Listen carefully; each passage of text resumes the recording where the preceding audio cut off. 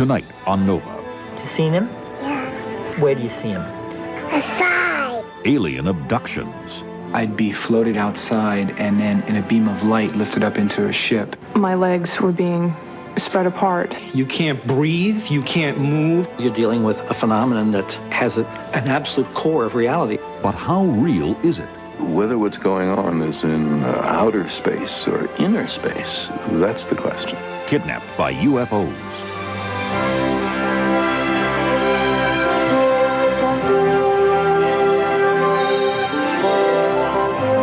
Funding for Nova is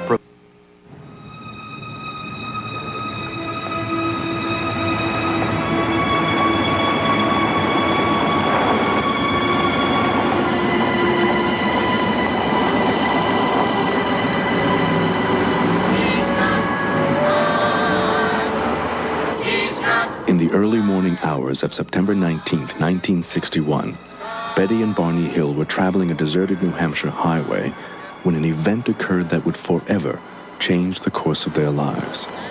It was a beautiful night. The moon was very bright, and we're calm and relaxed, and the radio was playing when I saw the strange light in the sky. It came out over the highway and stopped directly in front of us. What Betty thought she saw was a flying saucer. And at this point, Barney got out with the binoculars in an attempt to identify the craft. And as he looked up, he could see a row of men standing in the windows, looking down at him. The craft began to descend, and he had the feeling they were trying to abduct him.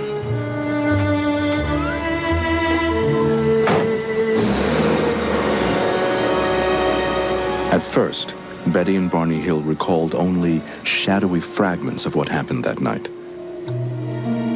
But much later, under hypnosis, their memories came into sharper focus. He was telling me something. I can see it in his face. These tapes were recorded during hypnosis with the late Barney Hill. Give me fast. I gotta get away.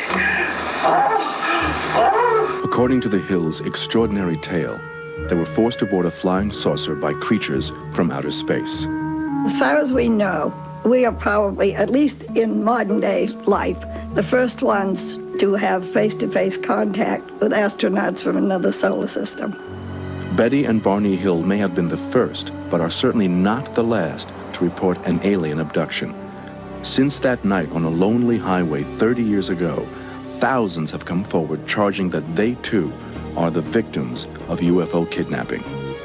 And a recent poll suggests that millions of Americans believe them, including author Bud Hopkins. In 1966, when the Betty and Barney Hill case became public, we found out that they're dealing with us, they're taking human beings and doing some kinds of tests. Practically all the major themes that have emerged later on in our investigations replicate elements that turned up in that very first case. They removed my eye completely. They allowed it to hang off on the right side of my face like this.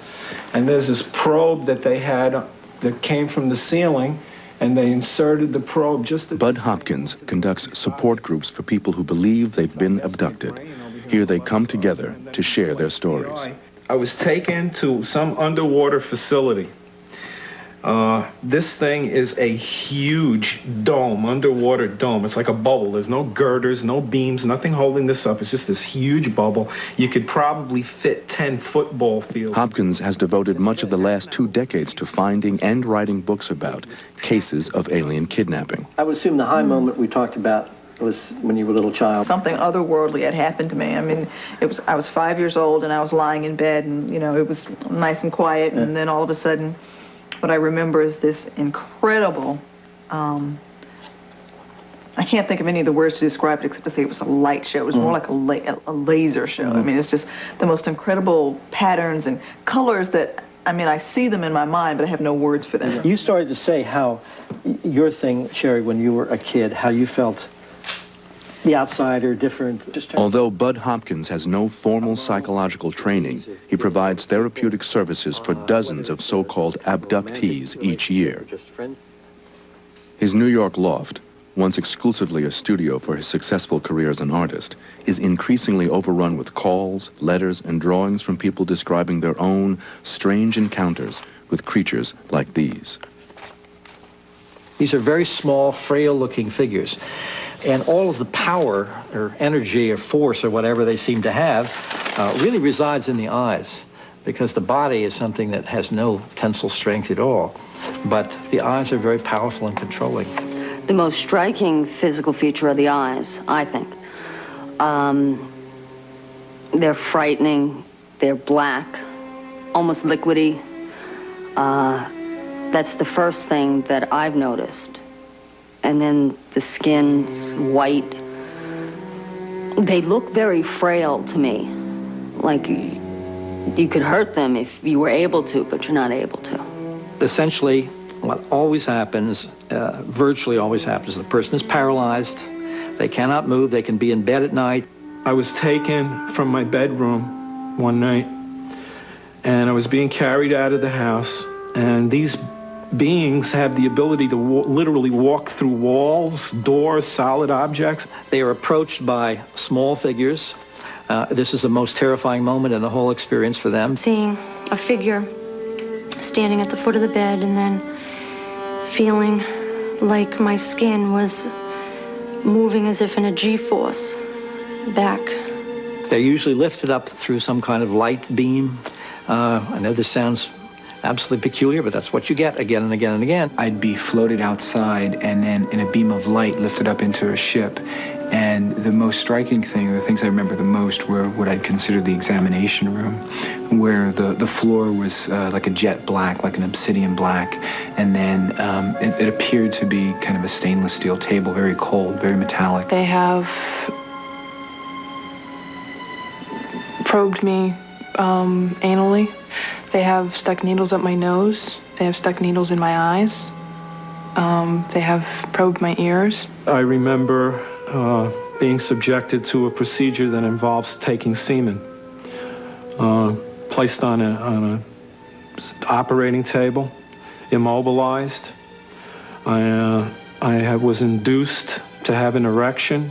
Mind you, there are no sexual feelings or any passion connected with this. It's a very cold procedure. I suddenly began to feel something moving inside of me, and then I felt this thing dropping out of me, and I reached down, and I had caught this thing in my hand, and it was this fetus of what would seem to be an alien baby, and it had come out of me. The basic goal seems to be an effort to create a hybrid species, a mix of alien and human genetic structures, or whatever one wants to call it. I know this sounds crazy, and there are all sorts of biological reasons why this seems either impossible or highly unlikely, and yet we get this again and again and again. Most abductees initially describe their experiences as vague or dreamlike recollections of a nighttime presence. They took me out of the house. That is, until they undergo hypnosis. Feel my hand on your shoulder, you're here with me. It's okay, lie down. You're okay, John. Lie down, close your eyes, lie down. According to Bud Hopkins, hypnosis therapy is often needed to unlock alien-induced amnesia. Deep breath, you're here with me. What just happened? Someone came in the room. John, a 46-year-old graphic artist, has undergone more than a dozen hours of this therapy. What's happened, John? He's doing something in my nose. I can't move. He's doing something in my nose and I can't move.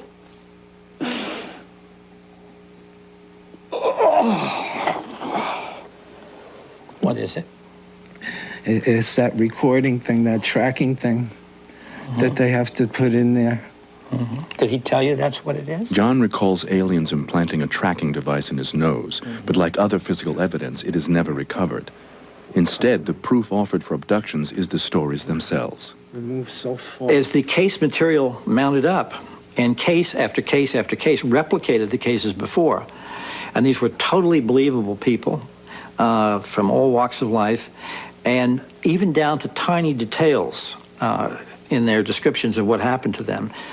these tiny details were replicated again and again, you have to feel you're dealing with a phenomenon that has an absolute core of reality about it. There are a number of psychological and psychiatric studies that have been done of these individuals, and none of them has shown any consistent personality pattern, none has shown any consistent psychopathology. A number of the people have been traumatized by their experiences, but that is as a result of the experiences. Harvard University psychiatrist John Mack seems an unlikely proponent of alien abduction. I first got into this field really without knowing I was getting into it. I had a psychologist colleague who asked me, did I want to meet Bud Hopkins? And I said, who's he? This was the fall of 1989.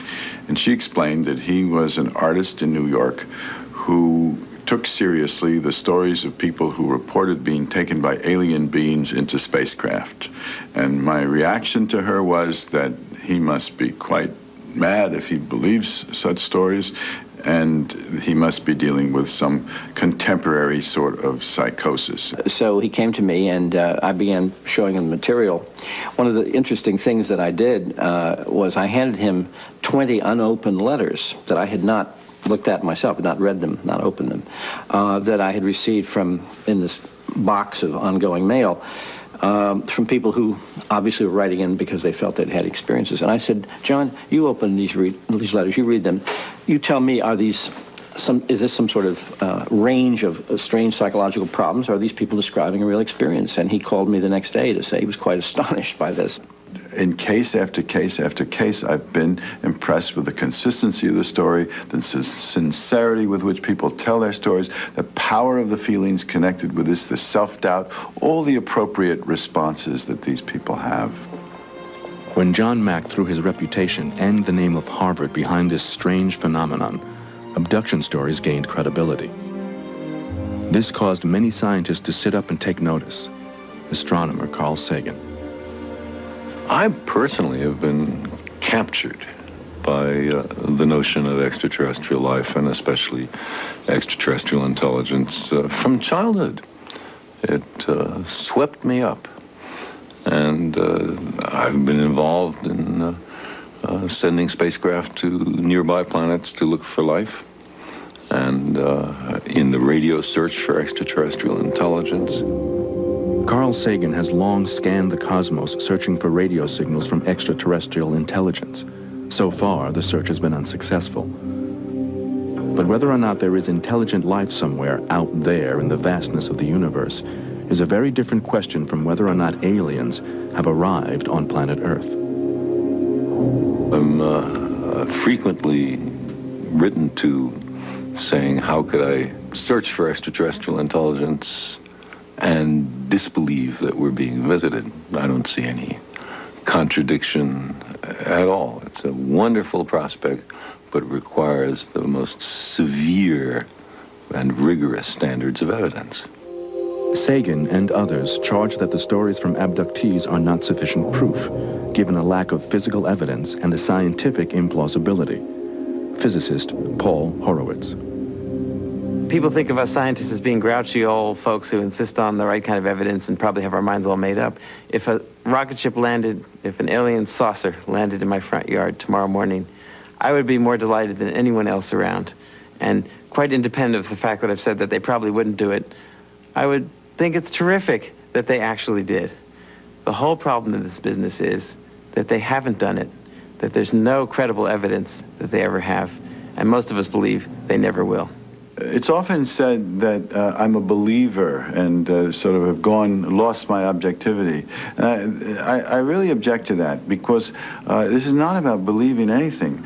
I didn't believe anything when I started. I don't really believe anything now. I've come to where I've come to clinically. In other words, I worked with people over hundreds and hundreds of hours and have done as careful a job as I could to listen, to sift out, to consider alternative explanations, and none have come forward. No one has found an alternative explanation in a single abduction case. But are there really no other explanations for the reports of alien abduction, as John Mack and Bud Hopkins insist?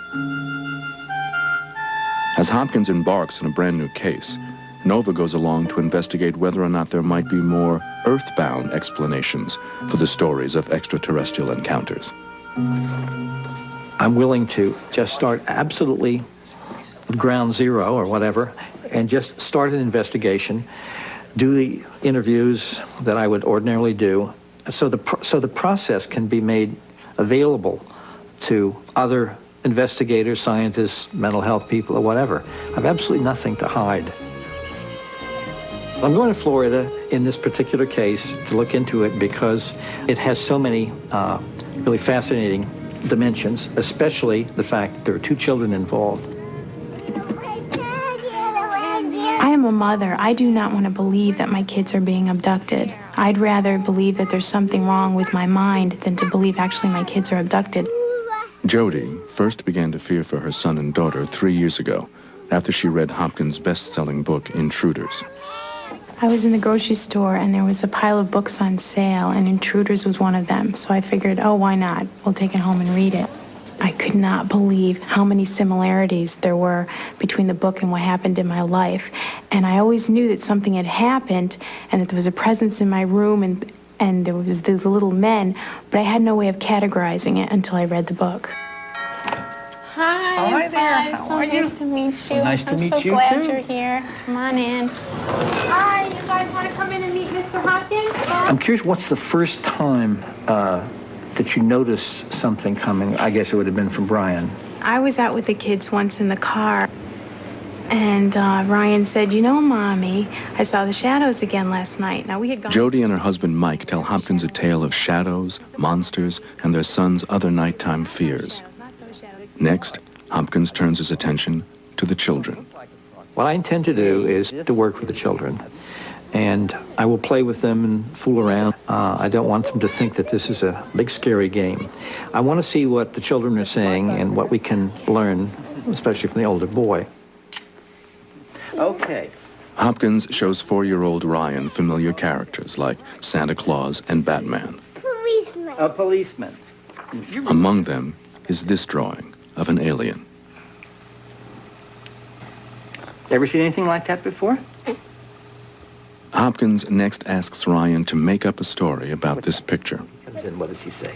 He comes upstairs and sees a person sleeping with his eyes closed, and he walks him down the stairs. He walks him down the stairs? Uh-huh. Why does he do that? That's a good story. Why does he do that? Then he usually brings him up another step, and then he made some layons, and then he woke up and he said, "Hey, what am I doing down here if I'm supposed to be up there? I bet someone took me." He said something very interesting. I'll play this. I bet someone took me. I bet somebody took me. That's right. Saying something like that, putting the reaction to that particular picture in the light of somebody taking somebody down some stairs and up into something and dropping him and then saying, somebody took me. It may be a coincidence, of course. It may not mean anything, but also it may mean if there is some abduction events going on in his life, that there's a kind of an unconscious memory coming through. It's hard to tell. Hopkins also questions toddler Paula. Yeah, Have you ever seen him? Yeah. Yeah. You seen him? Yeah. Where do you see him? This is a side. Right now, what I want you to do is to feel yourself relaxing even more deeply. Encouraged by his investigation, Hopkins begins a lengthy hypnosis session with Jody to probe her experiences more deeply. What are your feelings right now? I'm just thinking, okay, I don't mind this. This is okay. As long as it doesn't go further. What are you afraid would happen if it went further? What would that mean? I don't know. I'd be laying down one of their operations again or something. So moving up systematically to your female parts. Well, why do you think the thighs are clamped? I hate to say this. I just feel like they want them open. Mm-hmm. And so they're moved apart.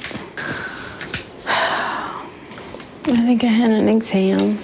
Mm-hmm. Tell me what you're feeling. You're here with me. It's okay. They really don't have the right. They don't have the right, do they? Jody's recollection of this alien sexual encounter ends her hour-long session. Someone tried to hypnotize me just a couple times, and it didn't work, and I just felt I couldn't remember anything past a certain point. But he pushed, and then I felt I remembered, but then I fought it because I didn't want it to be true. I think it's a very, very good case. And one of the interesting things is there are 4 different people in this family, different ages and different situations, each one talking about experiences which suggest abductions from very different points of view. The fact that they're a very together family is very important because there's nothing that would suggest hysteria or plotting or lying or any of those things. To Bud Hopkins, this is compelling evidence. Children who pause at drawings of aliens, dreams of strange events that feel real, and images of traumatic sexual assault remembered only under hypnosis. Now Hopkins is about to unearth more stories of midnight abduction. I'm going to go next door to one of the neighbors of the family I've been visiting because I've found that there seem to be abduction experiences taking place in the life of the residents of this particular house. And as we often find, when we look into these cases, they're much more widespread, and we're going to go over and see, I'm at least going to do an interview and see what that might surface, because I suspect this is an abduction case too. How solid is the case Bud Hopkins has found here?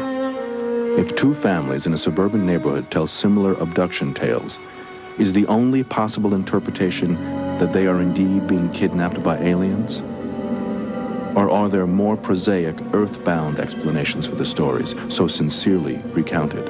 Carl Sagan. Humans have a well-documented capacity for self-deception.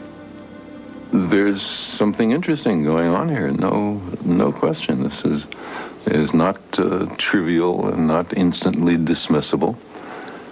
But whether what's going on is in outer space or inner space, that's the question. This is not the first time creatures from outer space have fed our inner fears. Ladies and gentlemen, I have a grave announcement to make. Incredible as it may seem, those strange beings who landed in the Jersey farmlands tonight are the vanguard of an invading army from the planet Mars. In 1938, with a world war looming, thousands confused a cleverly crafted radio drama with a real-life report of an advancing alien army. In the era of the Cold War, even the government investigated sightings of unidentified flying objects. They explained away most as hoaxes, aircraft, or celestial bodies.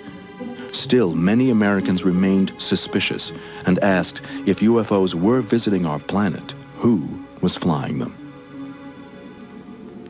Hollywood provided a fictitious answer. We have come to visit you in peace and with goodwill.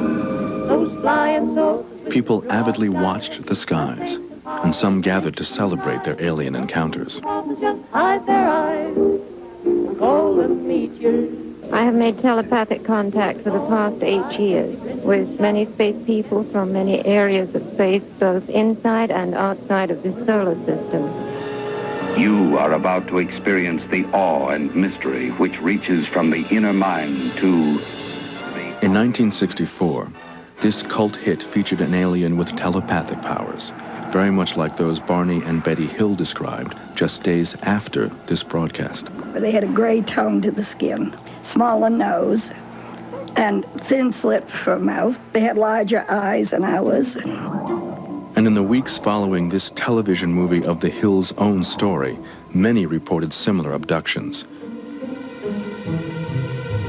By 1977, tales of close encounters of the third kind captivated the nation. In this wildly successful film, big-headed creatures visited Earth to communicate with humans. In the year following its release, UFO encounter reports surged.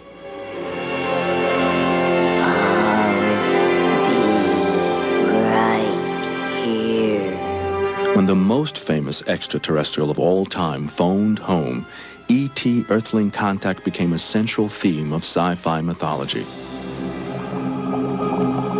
And when Bud Hopkins' book Intruders was broadcast as a TV miniseries, abduction reports hit a new high. She's mine. Intruders told what has now become a familiar story.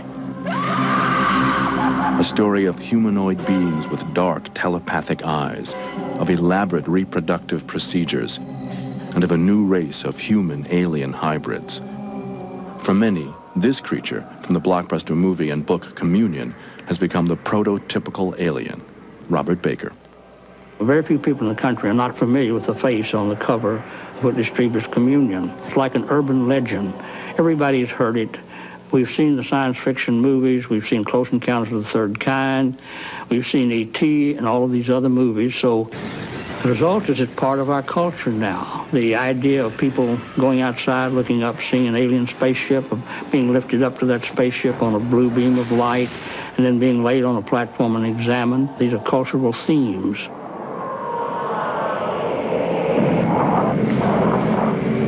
Four years after the release of Communion, a member of Bud Hopkins' group made drawings of his experiences. This guy's about 3 feet, 3.5 feet tall. There's the large black eyes, the pear-shaped head.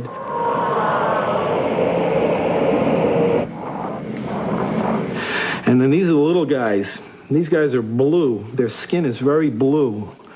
Usually it's the grays that are involved with us during the abduction experiences. These guys appear to be helpers. That wand he's holding is a human cattle prod. It's a very effective little toy at gaining your cooperation. The script for abductions is widely known, but does it reflect the reality of people's experiences, or does it fuel them? There's two stories. One is we're being sexually abducted by beings from other worlds. And the other is that there is a pervasive, common hallucination that at least thousands of humans share. Now, these are both disquieting possibilities. And neither alternative makes anybody happy. But if you ask me now which is more likely, it is absolutely clear that people hallucinate. There's no question about that. Could this tendency to hallucinate be a seed for tales of abduction?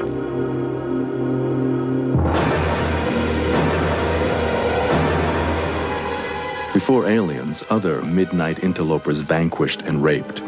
In medieval days, when goblins and demons invaded the popular mythology, it was they who stalked the night chambers of hapless victims. During the Middle Ages, many people reported that they would go to sleep and they would wake up in the middle of the night and there would be a devil, a little devil or demon sitting on their chest. In many of the nunneries, the nuns would say that they were raped during the night by this evil demon that came and sat on their chest and raped them. And they would say, that explains my pregnancy and so on. These little devils were called incubus, or the incubi. Like these ancient visitations, most contemporary abduction stories begin in the bedroom, late at night, in the twilight between wakefulness and sleep. There was a spotlight shining in the room with somebody walking towards me very quickly. I woke up in the middle of the night and there were two beings, one to the side of my bed and one to the foot of my bed, and I found myself trying to wake up my wife, trying to scream or make a noise, and I couldn't.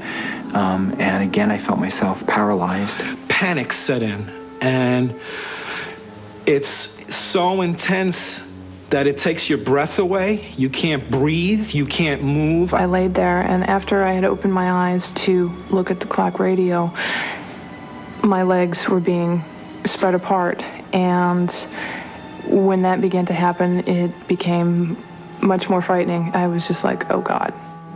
As I fall into a sleep I call it, but it's a shift in consciousness, I feel a weight start on the legs and move on up to the chest area.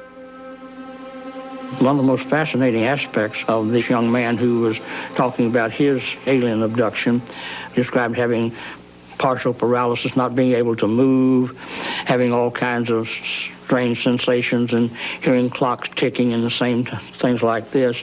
And all of these are classic examples of what the symptoms that go along with hypnagogia and hypnopompic dreams and sleep paralysis. For millions of people, paralysis and hypnagogic hallucinations, frightening and vivid dreams just before sleep, are common experiences and usually benign, unless they are misinterpreted. Unfortunately, there are therapists like Mack and like Bud Hopkins, and they are offering a haven for the people that claim they were abducted by aliens, because they are telling them, you were a victim and I'm here to help you. And the only problem with that is that people getting that kind of therapeutic help are not being really helped. They are not being told that it was all a dream and that it was all imaginary and it would probably never happen again. They're only left vulnerable to the possibility of an additional abduction, rape, and so on. This is not doing them therapeutically any good. In a Canadian laboratory, neuroscientist Michael Persinger searches for other factors that might make certain people susceptible to abduction stories. These are the individuals who are more creative. There are individuals who have a problem with thinking that somehow they're different or something unusual has occurred to them. They are usually the musicians, the writers, the journalists, the creative individuals, the creative scientists. And fundamentally, they're normal, except they have an unusual creativity that also means suggestibility. Pass it on top of your head and grab it by the sides and just... In this experiment, a volunteer is blindfolded. Sensory deprivation enhances suggestibility. Comfortable? Feels okay? Yes. Okay, we're gonna start then. Next, a complicated pattern of electromagnetic waves bombard the brain's temporal lobes, causing a sense of movement, emotion, and presence. The temporal lobes are showing increased patterns which are typical of apprehension or fear. I'm feeling sensation of going counterclockwise. A light or feeling on the left side. The feeling that I felt was that I was moving to my left. A feeling? Can you describe that feeling? It was a heaviness that was pulling me towards my left side, and it was controlling me. The relationship between these experiences and some types of alien abductions is that a similar portion of the brain is involved. We know that the person feels vibrations. They feel leaving their body. They may feel a sense of presence. They may feel visual sensations and tremendous meaningfulness and sometimes fear. Persinger believes that these sensations can occur spontaneously in some people and can be mistaken for an alien presence if the context is right. One thing we did some years ago that showed us how powerful, subtle context is was we would put normal people into a chamber, deprive them of sensory information, except for a cross in the upper left-hand corner, and a few sequences from Gregorian chants. And then we would listen to free narratives, and the themes of these narratives were primarily religious. By just changing the cross to a picture of the earth and playing a few bars from the Close Encounters of the Third Kind movie, suddenly the themes change to spaceships and alien encounters. We have looked at individuals who have claimed abduction experiences. It's actually a tremendous spectrum of experiences that take place. What makes the experiences often very rigid and formulated is when they go to a particular therapist who has a particular idea of what the alien is. But the neurological and cultural explanations for abduction stories do not satisfy Bud Hopkins. I gotta get out of here. One of the issues about, of course, hypnagogic states and these other theories is that they're usually not accompanied by an enormous amount of emotion. Put my hand on your shoulder. The issue about these abduction experiences is, of course, immediately the enormously powerful and appropriate emotions that go with the experiences as they're recalled. I don't want to see these things. He's mad. Hallucinations and dreams can engender real emotions. And critics say that hypnosis and therapeutic suggestion can transform these emotions into traumatic abduction memories. After 5 hypnosis sessions, John recalls seeing his son James naked on an alien operating table. What's it look like? Does it look like a little boy? Young boy? He's sleeping. But he's got no clothes. What is he doing to him?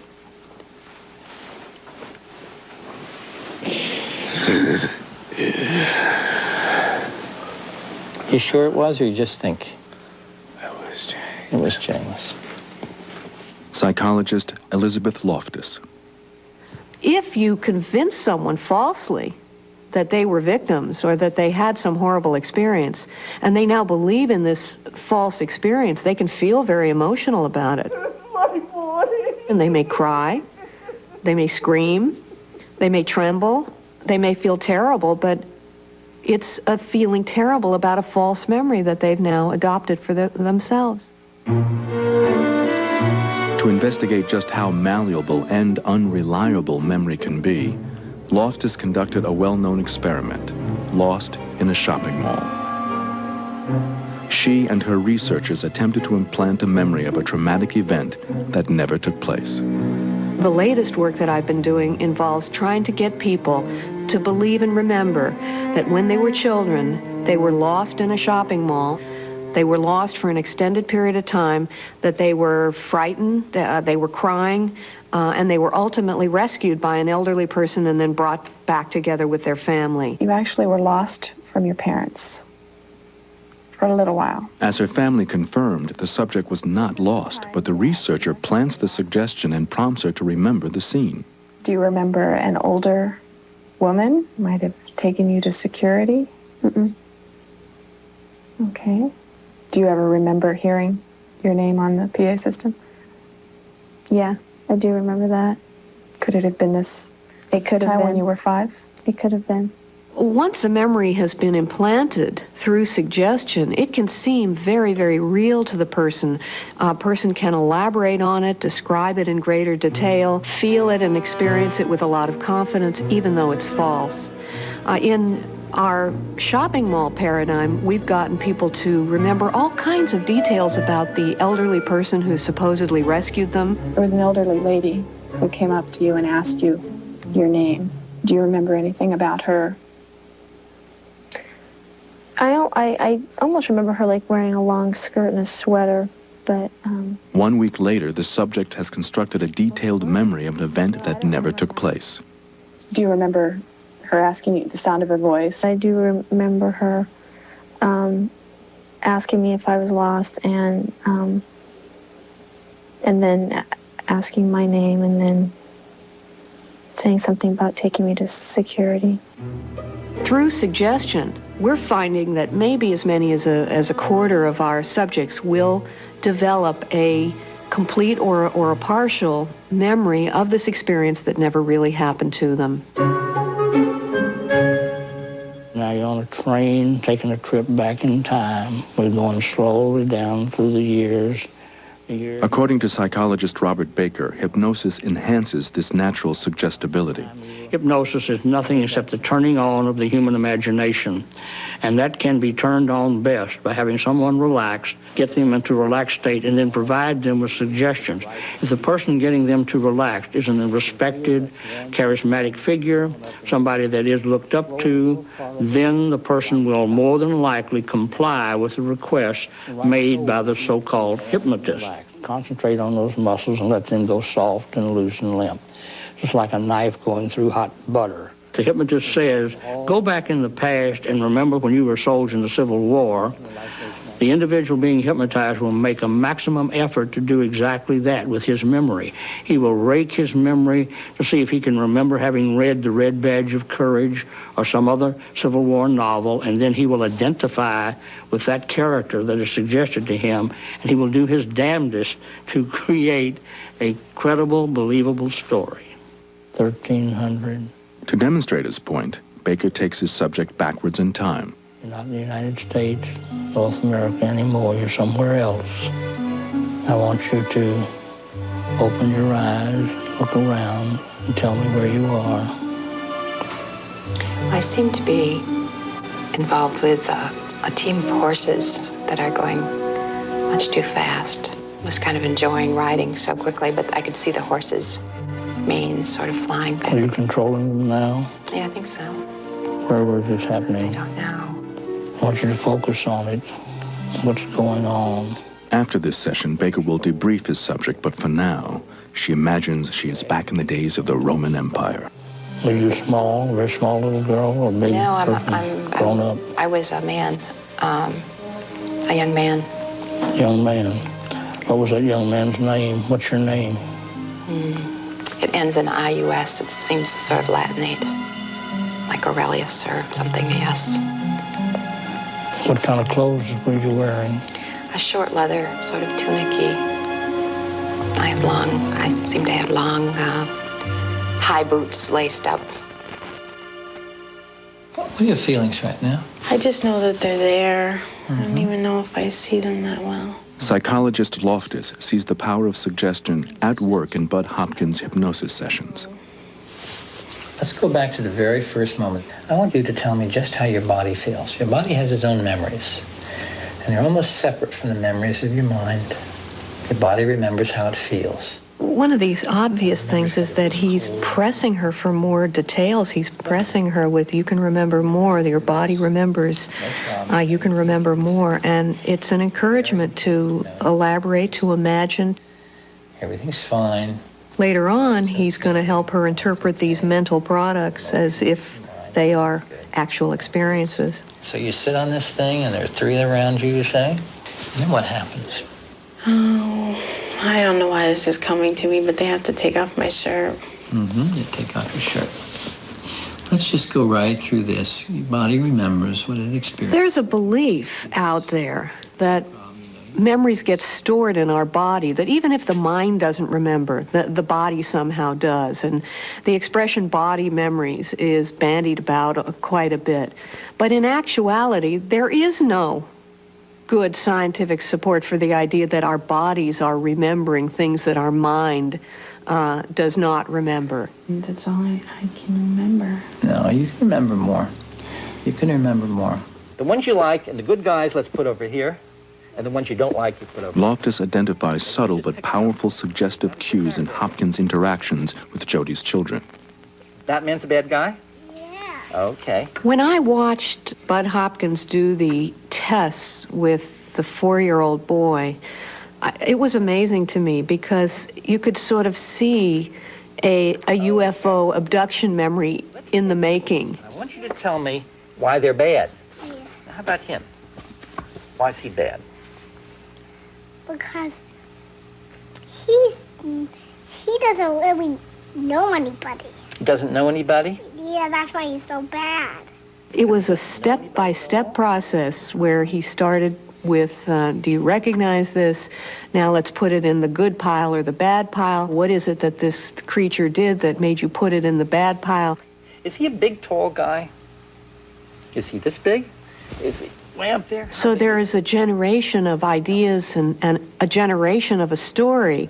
And you could just see it's the first few steps down that royal road to the creation of a false memory of being abducted. You see him where? Outside? Uh-huh. By the pool. By the pool? Yeah. Uh-huh. Is he a nice guy or bad guy? Bad guy. Do you like him? Yeah. You do?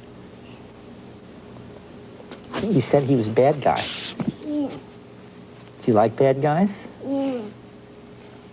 It seems to me that if you do this to a child, particularly a young child, and that child is living with this belief, and we don't know what the consequences of those beliefs and those memories are going to be for that child, it seems risky.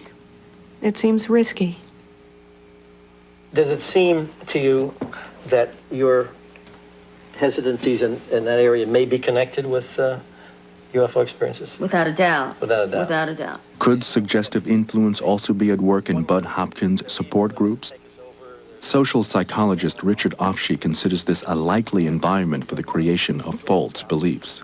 Exactly. Well, what I saw on that tape was someone first taking on the role of an authority figure and therapist. Let's just take the issue of relationships with other people.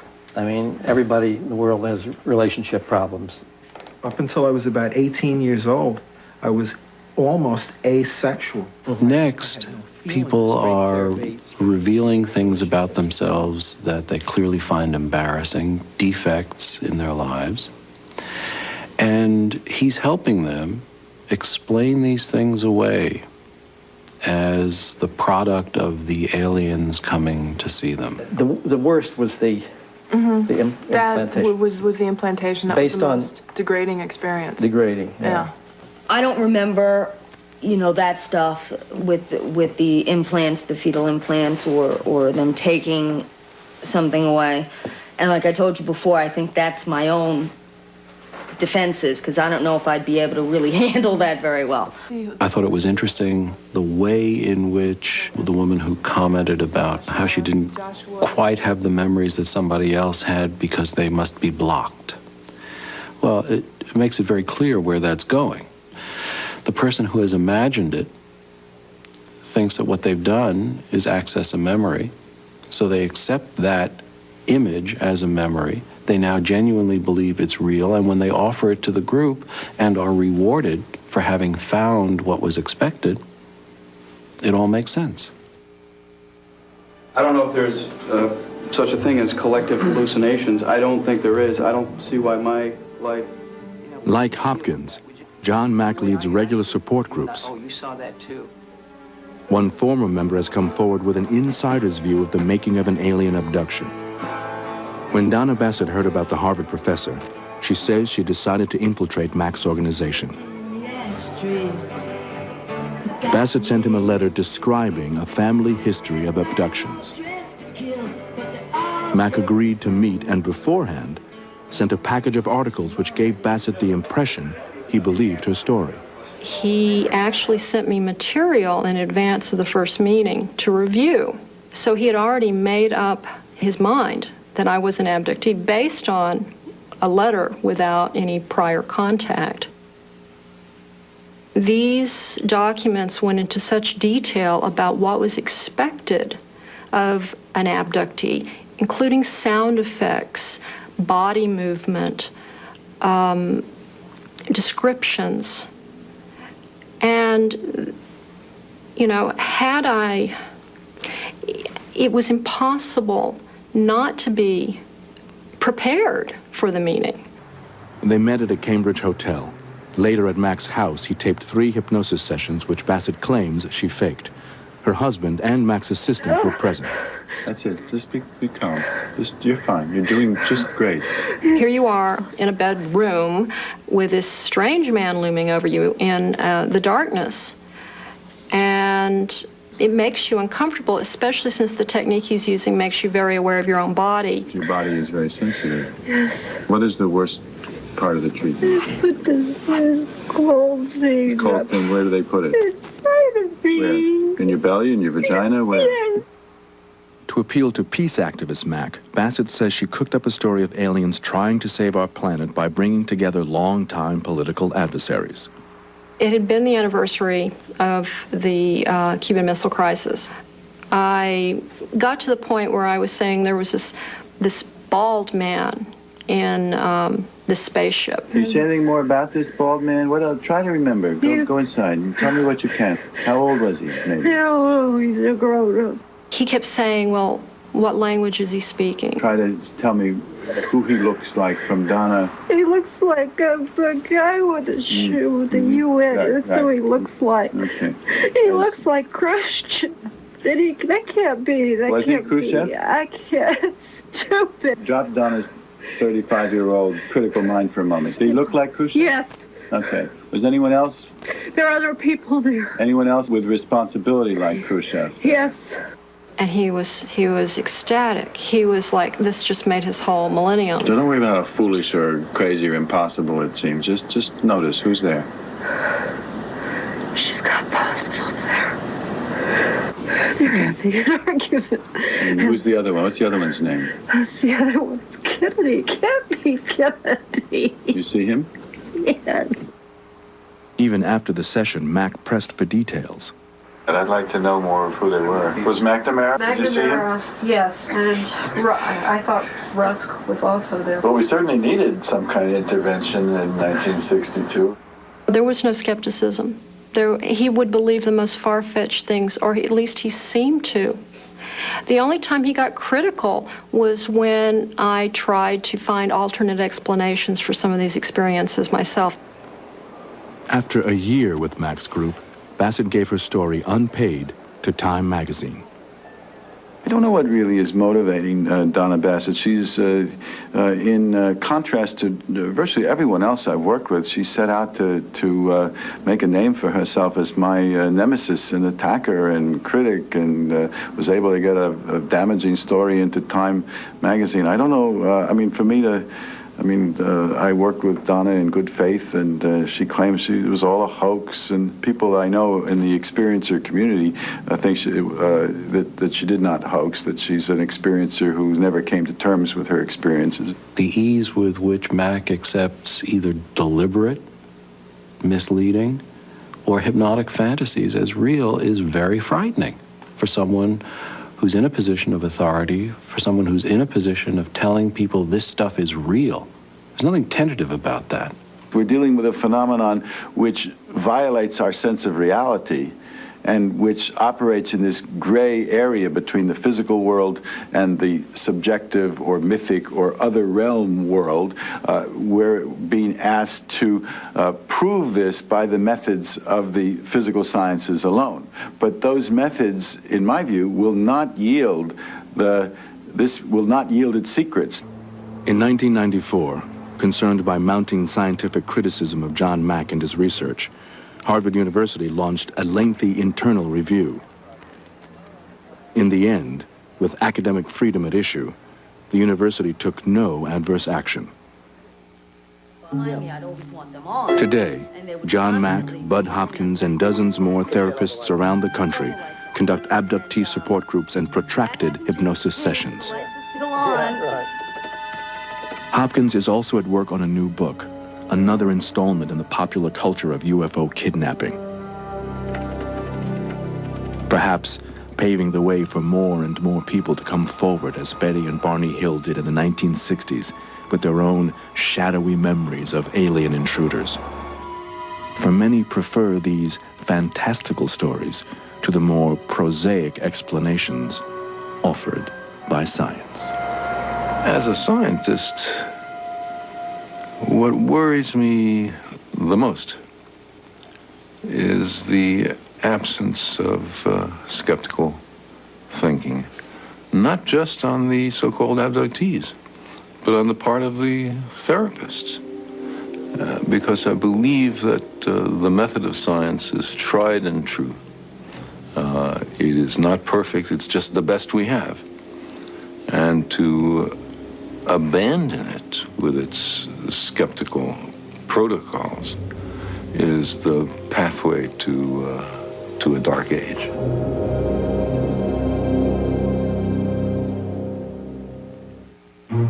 To respond or find out more, check out Nova Online, the star of science cyberspace.